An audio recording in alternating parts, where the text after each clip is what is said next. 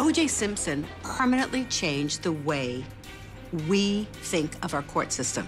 Since we were privy to the entire court proceedings, it became our real-life law and order. For the first time, the American viewer was a juror. The American viewer sat in her home and watched, just as if she was ready to decide guilty or not guilty. We lived with the O.J. Simpson trial, and that permanently changed the way we look at a court case. Hugh Grant had the chutzpah and the cojones to go with Jay Leno toe-to-toe, and he sits there while Jay Leno says, "So what were you thinking?" And Hugh Grant just said, "I made a mistake." She helped the ladies in jail, and she taught them how to read, and you could just see her teaching them how to needlepoint. Martha kind of went full circle. Prim and proper, went to jail, did her time, and came back and was actually quite humble. She's the only woman who could make orange look good. And she seemed to have come back with a vengeance. So if celebrities really give a good, honest, and authentic apology, all is good. Extreme close-up photographs of court proceedings reveal the F word and the letter U painted on the nail of her middle finger. It was her way of getting a message across, even though it was so vulgar. And this was Lindsey's way to say, I can't say a word, but I'm gonna speak volumes. Reese Witherspoon did everything perfectly. She was honest, she seemed sincere, she seemed apologetic. She said, I don't know what I was thinking. We made a mistake, and it is something that will absolutely never happen again. It was so genuine. In about 22 seconds, we loved her again, and she was back to being America's sweetheart. I think the textbook example of the best apology in the universe.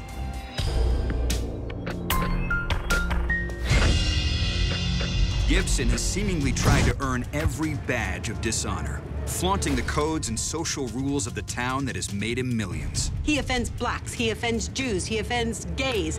There's no one who's exempt.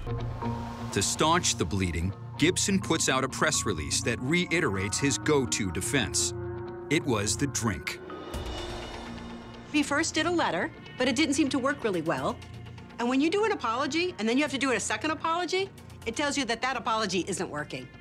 And that's exactly what was the case. And a year later, he joins the ensemble cast of The Expendables 3.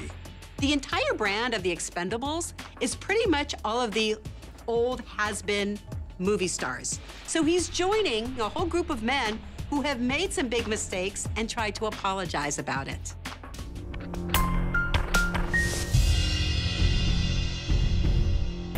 If you've already been so fully exposed, what can you expose next? It's almost from the get-go that she was christened with the perfect name to be a pop star. Madonna paved the way for so many celebrities to boost their fame by getting a sex tape released. Instead of hiding from it, she just welcomed it.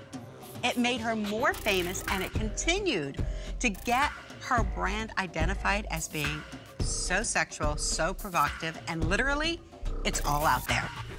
She completely made it full frontal. That was in your face. And now she has the whole dilemma of, what do I do next? Her voice all of a sudden didn't fit, and that made no sense. All of a sudden, I'm looking around saying, I'm a little bit confused. Who am I talking to here? If you're Prince Harry, you get to have that voice. I think that Evita was a remarkable woman, and I have an enormous amount of respect and admiration for her. If you're Madonna, you don't have the title to it, stop. The essence of a great brand is being authentic. When Madonna started to embrace the faux English accent, it was as if it was an act of let's pretend. So she was truly going against herself and everything that she preached. Don't be afraid to be yourself. It doesn't matter if you're outrageous, if people think you're over the edge, good for you. They can be bold, and that's what Madonna has left with us. It's really an amazing legacy.